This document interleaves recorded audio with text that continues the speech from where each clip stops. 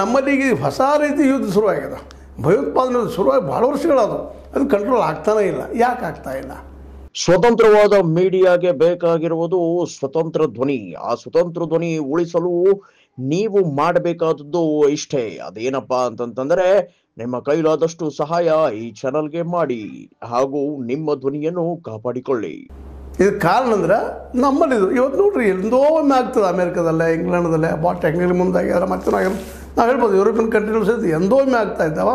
ಅದು ನಮ್ಮಲ್ಲಿ ನಿರಂತರದ. ನಮ್ಮಲ್ಲಿ ಆಯಿತು, ಪಾಕಿಸ್ತಾನದಲ್ಲಿ ಆಯಿತು, ಅಫ್ಘಾನಿಸ್ತಾನದಲ್ಲಿ ಆಯಿತು, ಅಫ್ಘಾನಿಸ್ತಾನದಲ್ಲಿ ಆಯಿತು, ಇನ್ನುಳಿದ ಕೆಲವೊಂದಿಷ್ಟು ಮುಸ್ಲಿಂ ದೇಶಗಳೆಲ್ಲ ಆಯಿತು ನಡೀತಾ ಇದೆ. ಆದರೂ ಕೆಲವೊಂದು ಮುಸ್ಲಿಂ ದೇಶಗಳಲ್ಲಿ ಆಗ್ತಾ ಇಲ್ಲ. ಇಂಡೋನೇಷ್ಯಾ ಆಗಿರ್ಬೋದು, ಮಲೇಷ್ಯಾ ಆಗಿರ್ಬೋದು, ಅಂತೆಲ್ಲ ಆಗ್ತಾ ಇಲ್ಲ.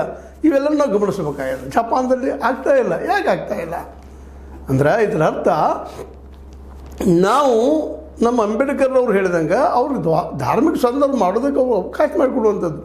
ಕೇವಲ ನಾವು ಲವ್ ಜಿಹಾದ್ ಅಂತೇಳಿ, ಮಾಬ್ ಲಿಂಚಿಂಗ್ ಅಂತೇಳಿ ಮತ್ತೆ ಮಾಡಿ ಅವ್ರನ್ನ ಕಂಟ್ರೋಲ್ ಮಾಡ್ತೀವಿ ಅನ್ನುವಂಥದ್ದು ಇದು ಸುಳ್ಳು ಅನ್ನೋದು ಈಗ ನಮ್ಗೆ ಶುರು ಆಗ್ಲಿಕ್ಕತ್ತದು. ಏನೋ ಆಗ್ಬೋದು ಏನೋ ಅಂತ ಒಂದಷ್ಟು ಜನ ನಾವೆಲ್ಲ ಯೋಚನೆ ಮಾಡಿದ್ವಿ. ಇರಲಪ್ಪ ನೋಡೋಣ ಒಂದು ಪ್ಲಾನ್ ಮಾಡ್ತಾಯಿದ್ದೆ ಅಂತ. ಅದು ಇವತ್ತು ಇಂಥ ರಿಸಲ್ಟ್ ಕೊಡ್ತಾ ಇದೆ. ಜೊತೆಗೆ ಅಂತಾರಾಷ್ಟ್ರೀಯ ಮಟ್ಟದಲ್ಲಿ ಸಹಿತ ಭಾರತದ ಬಗ್ಗೆ ಒಳ್ಳೆಯ ಅಭಿಪ್ರಾಯ ಇಲ್ಲ.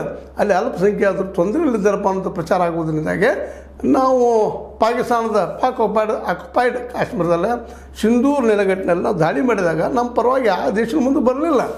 ಇದು ನಾವು ಇಲ್ಲಿ ಗಮನಿಸಬೇಕಾಗಿದ್ದು.